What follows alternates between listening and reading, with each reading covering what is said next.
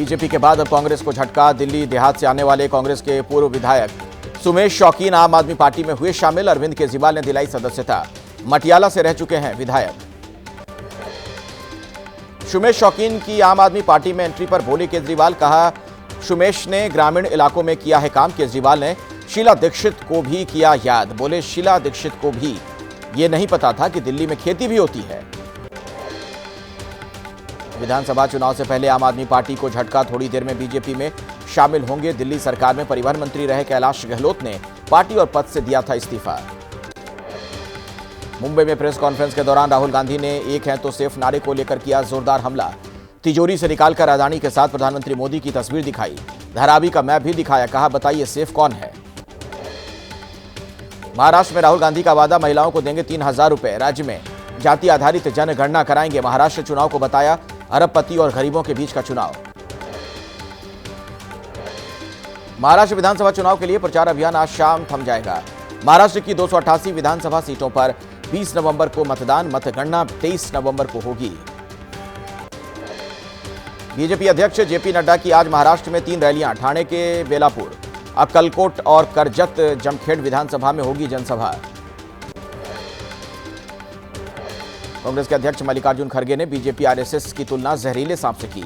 महाराष्ट्र के सांगली में बोले, अगर सांप काट ले तो इंसान मर जाता है, ऐसे जहरीले सांप को तो मार देना चाहिए।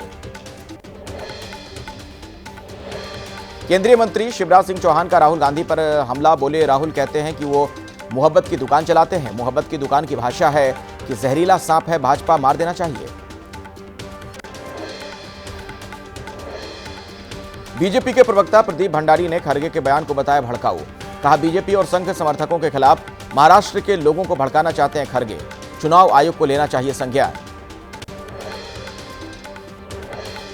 हिंसा के बाद मणिपुर में हालात तनावपूर्ण। 7 जिलों में लगाया गया कर्फ्यू। अगले आदेश तक इंटरनेट सेवा भी किया गया बंद।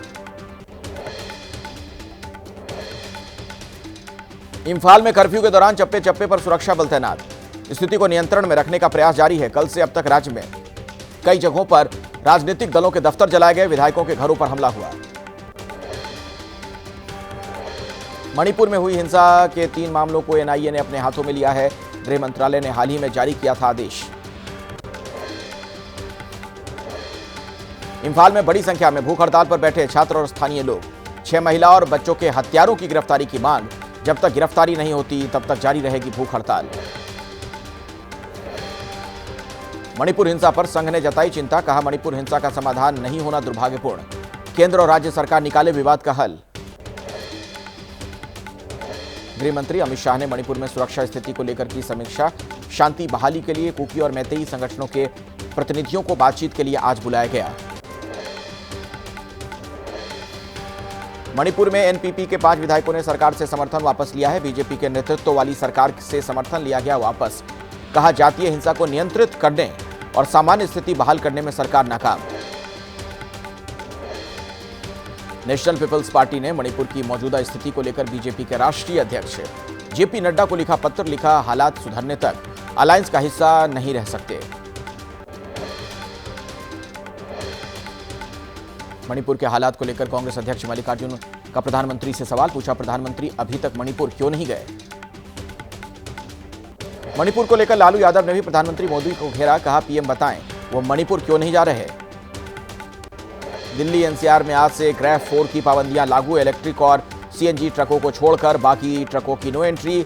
10वीं 12वीं को छोड़कर सभी कक्षाएं चलेंगी ऑनलाइन। दिल्ली की सीएम आतिशी का पॉल्यूशन के मुद्दे पर बड़ा दावा। बोली पंजाब में कम जलाई जा रही है पराली, बाकी राज्यों में पराली जलाने के ज्यादा मामले।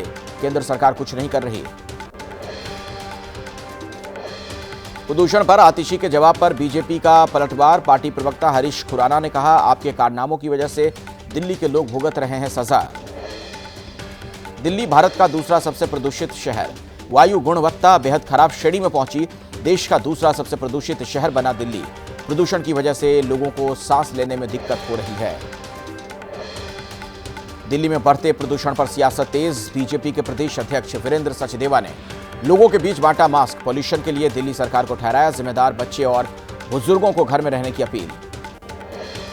दिल्ली में प्रदूषण से बिगड़े हालात। नई दिल्ली रेलवे स्टेशन पर छाई धुंध। यात्रियों को पॉल्यूशन से दिक्कत हो रही है। इंडिया गेट इलाके में पॉल्यूशन का जबरदस्त असर। मॉर्निंग वॉक पर निकले लोगों के लिए खतरनाक हुई दिल्ली की हवा, सांस लेना हुआ दूभर। यमुना में अभी भी तैर रहा है जहरीला झाग। दूसरी तरफ AQI के खतरनाक लेवल पर पहुंचने से दिल्ली के लोगों की आंखों में जलन हो रही है। अस्पतालों में गले के मरीज भी बढ़े। ग्रैब 4 के नियमों को लेकर पर्यावरण मंत्री गोपाल राय ने बुलाई अहम मीटिंग। कुछ ही देर में दिल्ली सचिवालय में बैठक, राजधानी के मौजूदा हालात को लेकर होगी चर्चा। नोएडा की हवा में भी घुला जहरीला पॉल्यूशन। चारों तरफ छाई धुंध, लगातार खराब हो रही है हवा की गुणवत्ता। हरियाणा के रेवाड़ी में कोहरे के चलते विजिबिलिटी हुई बहुत कम। सड़क पर सिर्फ 20 मीटर तक दिख रही है गाड़ियां। AQI लेवल भी 195 पर पहुंचा। इलेक्ट्रिक वाहनों को बढ़ावा देने के लिए तेलंगाना सरकार ने किया बड़ा फैसला। रजिस्ट्रेशन फीस और रोड टैक्स में 100% की छूट का ऐलान। राज्य में पॉल्यूशन कम करने के लिए सरकार की पहल। झारखंड विधानसभा चुनाव के दूसरे चरण के लिए प्रचार अभियान आज शाम थम जाएगा। दूसरे चरण में 38 विधानसभा सीटों पर 20 नवंबर को मतदान। प्रचार के आखिरी दिन झारखंड में सीएम योगी की जनसभाएं। पहली रैली साहेबगंज जिले में, दूसरी रैली जामताड़ा विधानसभा में और तीसरी रैली देवघर विधानसभा में होगी। मीरापुर में आज केंद्रीय राज्य मंत्री जयंत चौधरी भी करेंगे रोड शो। RLD बीजेपी प्रत्याशी मिथिलेश पाल के समर्थन में करेंगे रोड शो। मनफोडा से भोपा तक कार्यक्रम। यूपी में 9 सीटों पर होने वाले उपचुनाव में डिप्टी सीएम ब्रजेश पाठक ने किया जीत का दावा। 20 नवंबर को 9 विधानसभा क्षेत्रों में वोट डाले जाएंगे। अखिलेश यादव आज मुजफ्फरनगर के मीरापुर में करेंगे रोड शो। विधानसभा उपचुनाव को लेकर अखिलेश का रोड शो दोपहर 12 बजे से SP प्रत्याशी संबुल राणा के समर्थन में कार्यक्रम। AIMIM के प्रमुख असदुद्दीन ओवैसी का आज मीरापुर और कुंदरकी विधानसभा में चुनावी दौरा। दोपहर 12 बजे मीरापुर विधानसभा में रैली, 2 बजे मुरादाबाद की कुंदरकी विधानसभा में जनसभा। राज्यसभा के सांसद हर्ष महाजन का फिर से बड़ा बयान। बोले, मेरे संपर्क में कांग्रेस के कई विधायक किसी भी समय सुक्खू सरकार को गिरा सकते हैं। हिमाचल प्रदेश के उप मुख्यमंत्री मुकेश अग्निहोत्री बोले, हिमाचल प्रदेश की कांग्रेस सरकार पर कोई खतरा नहीं, हमारी सरकार मजबूत स्थिति में है। छत्तीसगढ़ में वक्फ बोर्ड का बड़ा ऐलान। शुक्रवार को मस्जिदों में तकरीर से पहले विषय की जानकारी वक्फ बोर्ड को देनी होगी। वक्फ बोर्ड के अप्रूवल के बाद ही मस्जिदों में हो सकेगी जुमे की नमाज वाले दिन तकरीर।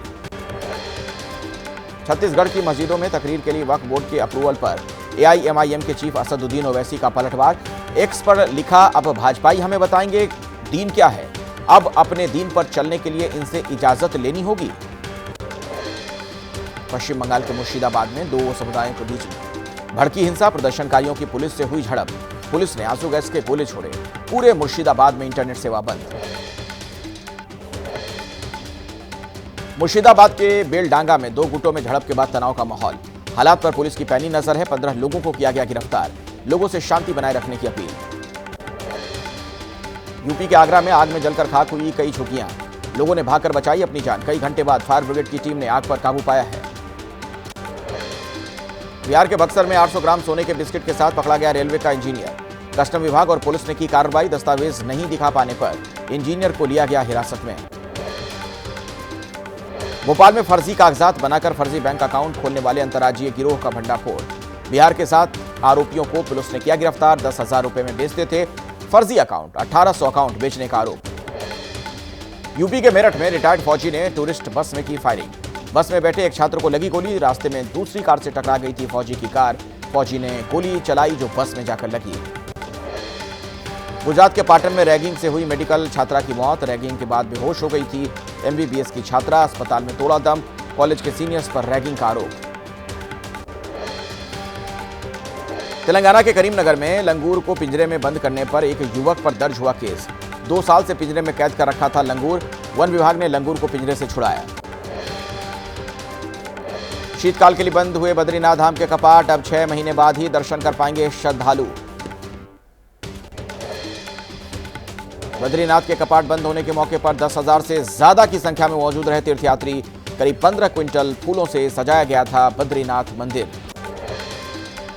नाइजीरिया से ब्राजील पहुंचे प्रधानमंत्री मोदी G20 नेताओं के शिखर सम्मेलन में हिस्सा लेंगे। आज और कल 2 दिन ब्राजील में 19वां G20 सम्मेलन। रियो डी जेनेरियो में एयरपोर्ट पर स्वागत का वीडियो प्रधानमंत्री मोदी ने किया जारी।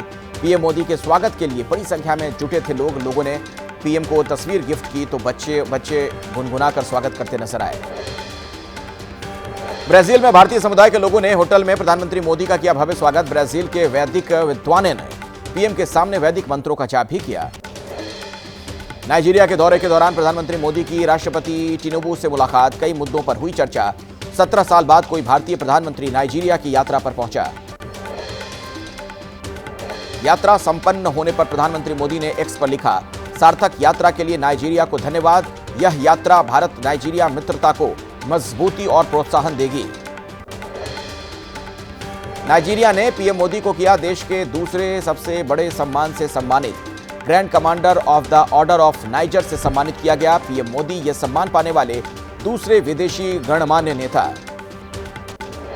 प्रधानमंत्री नरेंद्र मोदी ने नाइजीरिया में प्रवासी भारतीयों को संबोधित भी किया। कहा, भारत विकास, शांति, समृद्धि और लोकतंत्र का प्रतीक बनकर दुनिया के लिए नई उम्मीद के रूप में उभरा है।